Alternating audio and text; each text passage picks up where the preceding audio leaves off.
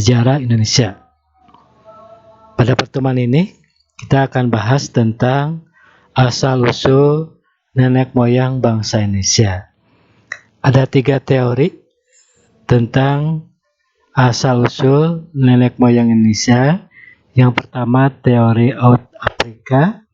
Yang kedua, teori of Taiwan dan teori of Yunan.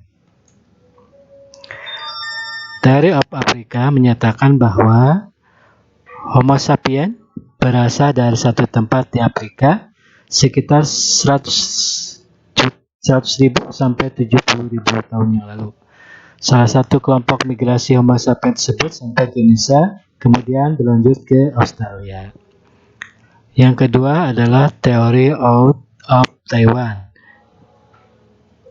Ini berdasarkan fakta bahwa para petani berasal dari daerah Taiwan dengan bahasa Austronesia menyebar ke Indonesia atau ke Nusantara dengan menggunakan dengan kebudayaan bercocok tanam.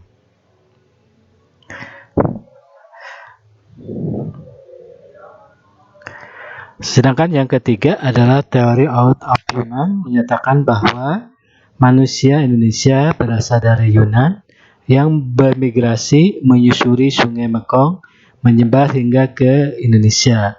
Ada 3 gelombang migrasi manusia dari Yunan ke Indonesia. Yang pertama, Negrito, yang kedua, Proto-Melayu, yang ketiga, Detro-Melayu. Kita mulai dengan Negrito. Negrito mendiami sebagian besar daerah Papua dan pedalaman Riau atau suku Siak dan Sakai.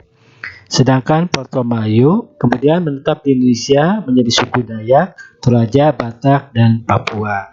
Sedangkan Detro-Melayu tinggal di Indonesia kemudian menjadi suku Jawa, Melayu, Bugis, dan Minang.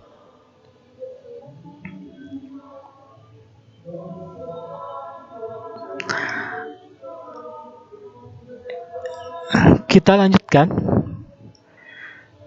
tentang manusia purba di Indonesia. Manusia purba di Indonesia yang tertua, manusia purba yang tertua di dunia pertama kali ada di Afrika, yaitu jenis Australopithecus africanensis yang hidup sekitar 4 juta tahun yang lalu.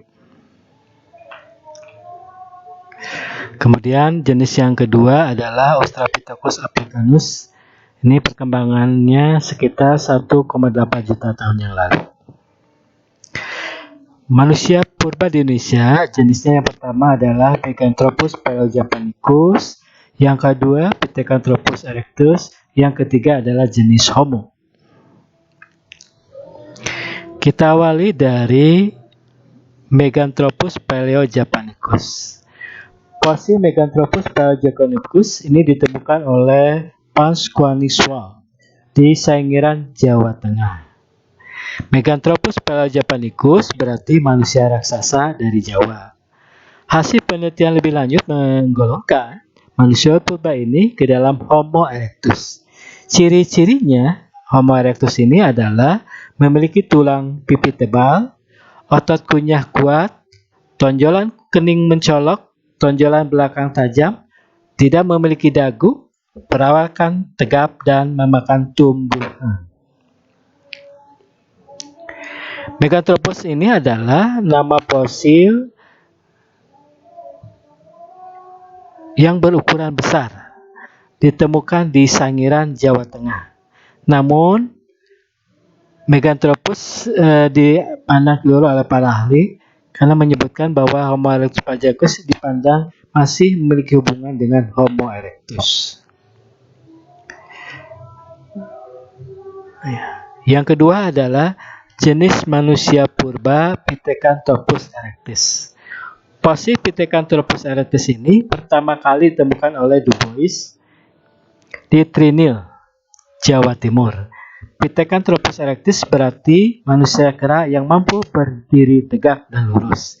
Ciri-cirinya dari Pithecanthropus ini adalah memiliki volume otak sekitar 900 cc, tengkoraknya pendek tetapi memanjang ke belakang, tulang kening sangat menonjol, tinggi badan berkisar antara 165 sampai 180 cm dan berjalan tegak. Yang ketiga adalah jenis Homo. Dengan ciri-ciri fisik memiliki tinggi badan sekitar 170 cm, volume otak sekitar 1550 cc sampai 1650 cc.